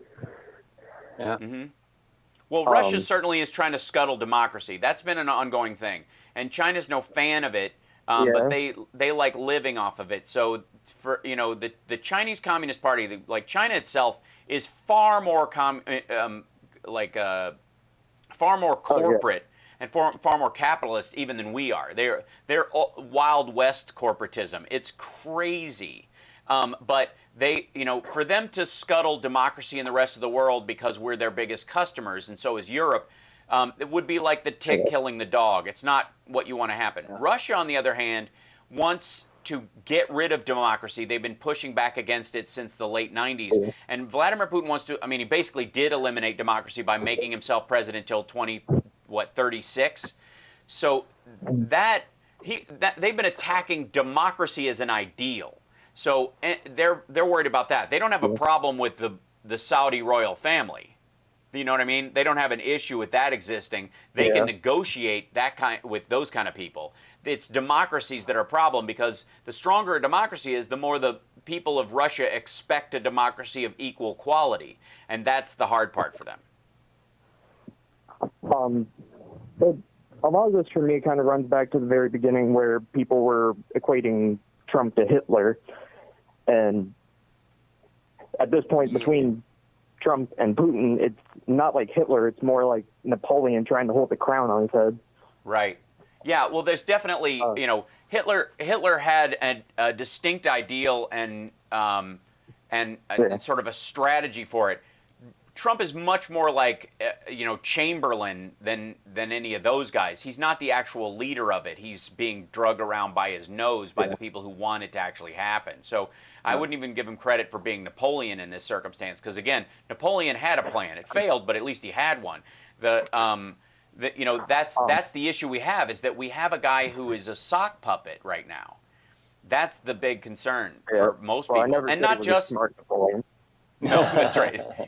I don't know how smart Napoleon was ultimately, but I will say that between the money he owes Russia and China, it's very difficult for him to make a legit decision on behalf of the United States when it comes to those two countries. Even if he wanted to, and I don't think he does. I wanted to bring up is that you talked earlier about why he would be letting Putin put bounties on the heads of American soldiers. My thought is he's probably getting something out of it. And for any QAnon that try and jump on that, it's just a theory. Right. Well, I would say that one of the things why you just let it go is he wants to get out of Afghanistan anyways. And what's the one thing that makes Americans want to get out of there is the death of our own soldiers. So if the death of if the soldiers' deaths goes up for a little while, it just gives him leverage to get us out. So why bother chasing that string or pulling that thread in that circumstance? You just let it go and pretend you didn't hear it. Use your own plausible deniability, and clearly he has gaps in his morals that will allow for that. So I appreciate the call. Thanks for calling in. Good to hear from you. Let's Devin, since we have time, let's grab our other caller real quick, and then I'll run down the good news. Last but not least, we got Bob from Chicago. Excellent. Hey, Bob. Hey, I'd like to say first hi to the chat room. This is Nacho from the chat room. Just saying hi. Nice. Nacho. Hi. I just want to say, they're talking about, opening the schools, and one of the things they're hanging their hat on is that the school-age kids don't spread the coronavirus as readily as adults do. But my point is, and maybe I'm wrong, I'm sure you maybe know a study that I don't, so maybe you can enlighten me. But in my mind, we haven't tested this because it's totally unknown, because the kids have been totally That's right. They've been out of school.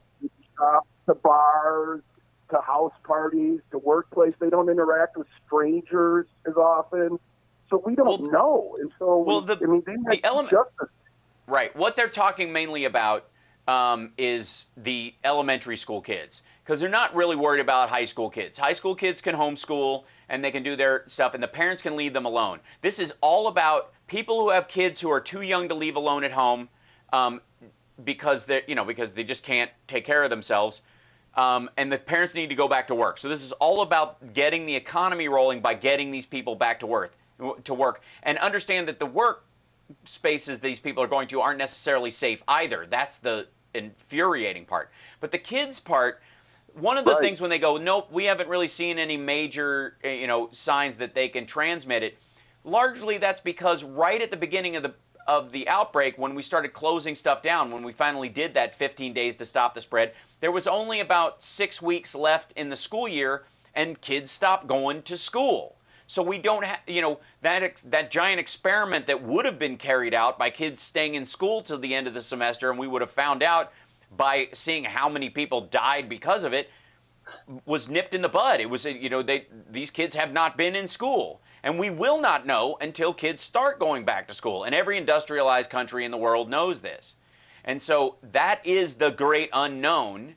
And the only way you find out is by putting these kids together. And all this is about is getting elementary school kids back in basic daycare effectively in terms of school, so that parents can go back to work, because they need the economy to be jump-started, because Trump thinks that's his only chance to win in November. That's it. This is the only reason. And they absolutely can catch it. Like I said, a child under the age of 1 died of it a day ago. Of course children can get it. And Betsy DeVos said we're going to lose, what, like 1.4% of kids in schools if we do it this, but this is the, And they're trying to pretend they're not even going to spread it. Which is an absurdity. That's not going to happen. It's cartoonish. Kids, any parent knows that as soon as you have an elementary school kid, age kid, you're going to get sick. You're going to get sick all the time. Because I've had 5 different coughs or sniffles that I know were picked up from these booger eaters at my kid's school. And just by touching the same surfaces. And, if you send a 3rd grader to school, they're going to come back that year with a germ. And if they don't get something from it, you will. And most of the time, it's the whole house. And by the way, that's the epicenter for a lot of lost productivity, too. A lot of kids bring the snots home, give it to the parents, and the parents take it to work. And that's, we lose billions of dollars in productivity. Yeah. Right. That's the thing I don't get when Trump was saying the masks were a sign that he didn't like Trump. Actually, not wearing a mask will hurt Trump's reelection. It's like, if all the Trumpers would be wearing masks and would have helped bend this curve and get the economy going again, it's like exact opposite of what they say. It's so weird. Yeah, that's the madness part. But then that goes to this whole can't process the world except through strength and weakness, and everything is just a symbol. There is no actual strength and actual weakness in Trump's world. It's all just PR. The appearance of strength and the appearance of weakness is all he's about, and it's embarrassing. I appreciate the call. It's nice to talk to you, Nacho. Thanks for popping in, and it's an excellent point, by the way. And it brings us, I want to dovetail into this because we only got a couple of minutes left. There are currently approximately 15 treatments that are making some headway in terms of COVID-19, where people either get mild cases to severe cases, and the severe cases and the hospitalization is what we're worried about. What we're trying to interrupt the most is people going on ventilators. That is the most preventable element of death in this. And a lot of it is the cytokine storms that create the ground glass x-rays that you see that's killing people. And while remdesivir is the number one on this list of the ones that have come out, remdesivir, its efficacy, it's an American-made drug in partnership with the NIH, but it was the South Koreans who recognized its value.